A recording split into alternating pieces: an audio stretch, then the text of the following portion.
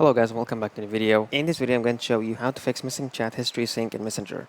So just please follow my steps until the end and let's begin the tutorial. So the first step here, what we're going to do, we'll go and open our Messenger app, as you can see over here. And now once you open Messenger, up to the left corner we're going to click on these three lines and then we're going to choose settings, and from here we scroll down to, we're going to choose this option which is privacy and safety. And once we click on it, as you can see over here, we'll have these options. And so we're going to click on security, which is end-to-end encrypted chats, right? And now once we click on, we'll click on security alerts, and we're going to toggle this option on.